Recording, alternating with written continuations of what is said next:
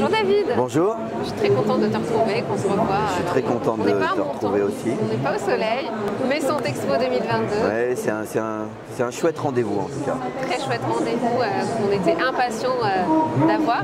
Alors rappelle-nous qui tu es et ce que tu fais, David.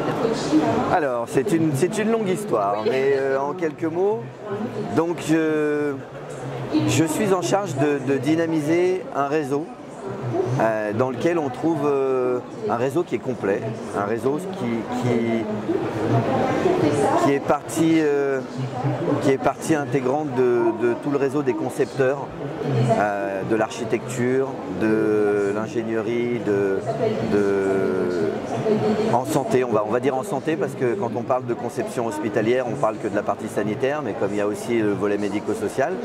Donc je dynamise ce réseau au travers de plusieurs fronts, la presse tout d'abord, donc la publication de revues, qui sont les revues architecture hospitalière, qui sont des revues qui déclinent les grands projets de nos établissements de santé en France, en Suisse et en Belgique.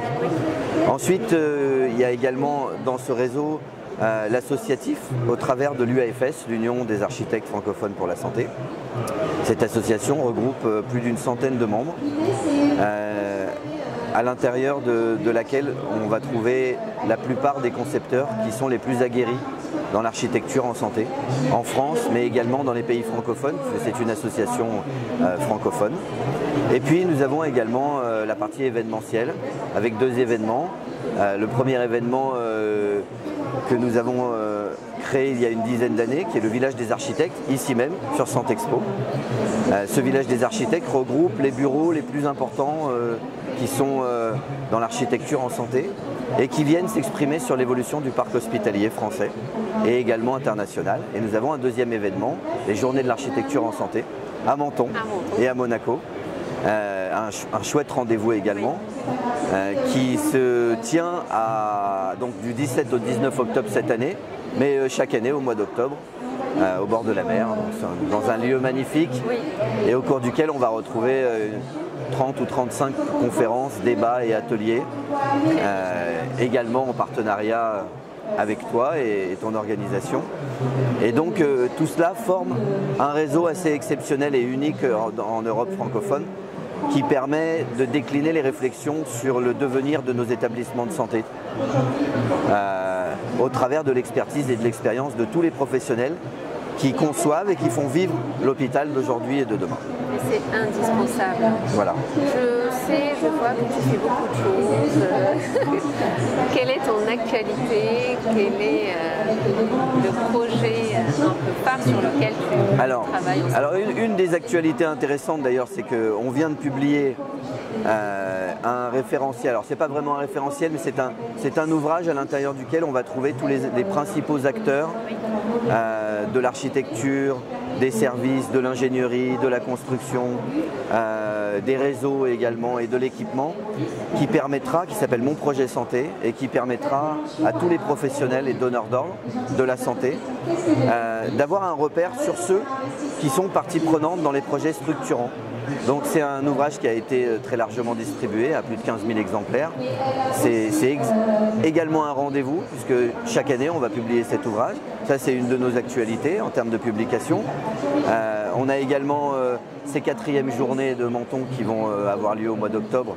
Le programme vient juste d'être diffusé. On peut le trouver sur le site internet des Journées de l'Architecture. Et sinon, l'actualité aujourd'hui, c'est la réflexion intense après cette période de Covid qui a complètement bouleversé les organisations, pas que les organisations managériales et médicales, mais également les organisations spatiales, puisqu'on a connu pendant cette période les limites que pouvait avoir l'hôpital en termes d'organisation spatiale. Et là, c'est vrai qu'il y a un hub de réflexion qui amène les concepteurs à réfléchir encore davantage avec les professionnels pour savoir comment on peut éviter ce genre d'épisode qui est dangereux pour notre société, comment on peut l'éviter et surtout comment on peut mieux travailler de concert avec les professionnels de santé. Donc on va dire que c'est une actualité un peu chaude parce qu'on n'est encore pas sorti de cet épisode sanitaire, on est encore dedans, malgré le fait que tout le monde semble oublier ou essayer d'oublier en tout cas cet épisode qui nous a tous marqués.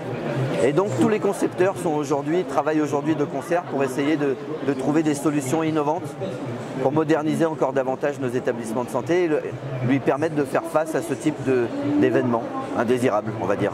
Et donc, quelle perspective pour les 3-5 prochaines années dans la francophonie, que ce soit en Europe, sur le continent canadien ou même africain? Oui. Parce que passer de l'autre côté de la Méditerranée, c'est aussi intéressant.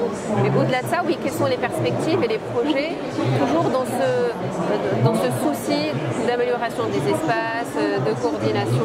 Alors, nous sommes dans une phase où, depuis une quinzaine d'années, dans tous les pays d'Europe, les pays du Maghreb également, tous les pays francophones, mais pas que les pays francophones, parce qu'on n'est pas ancré dans la francophonie, on sort aussi de cet espace francophone. Ça fait 15 ans qu'on restructure le parc hospitalier et médico-social, qu'on le modernise. On a encore besoin davantage de lui trouver une respiration, de lui apporter des techniques et des technologies innovantes pour lui permettre de mieux communiquer, de mieux s'organiser, pour essayer de revoir un petit peu le modèle infrastructurel qu'on connaît aujourd'hui avec le monospace. On s'est aperçu qu'il y a certains pays aussi qui ont encore des hôpitaux pavillonnaires et qui se sont très bien comportés pendant la crise sanitaire. Ça, c'était une réponse intéressante. Donc l'enjeu aujourd'hui dans tous les pays, c'est surtout de travailler de concert pour essayer de trouver pas un modèle, parce qu'il ne pourra jamais y avoir un seul modèle dans la santé, étant donné que les cultures sont différentes, les humains qui font vivre l'hôpital sont différents. Mais c'est d'essayer justement de rapprocher les pays et les gens, les humains vraiment, pour les faire réfléchir ensemble et trouver des solutions qui puissent convenir à tous les établissements de santé. Et là, on peut trouver vraiment un fil rouge pour pouvoir rapprocher les peuples. On a vu que les peuples se sont rapprochés aujourd'hui par la crise sanitaire, mais s'il faut attendre qu'il y ait un événement comme celui-ci pour rapprocher les peuples, ça ne va pas. Donc l'hôpital est un élément fédérateur très important dans ce domaine-là. Donc on va se servir vraiment de la modernisation de cette institution dans tous les pays, qui est chère aux natifs de chaque pays, parce que c'est vrai que l'hôpital est cher aux Français, il est cher aux Marocains, il est cher aux Anglais.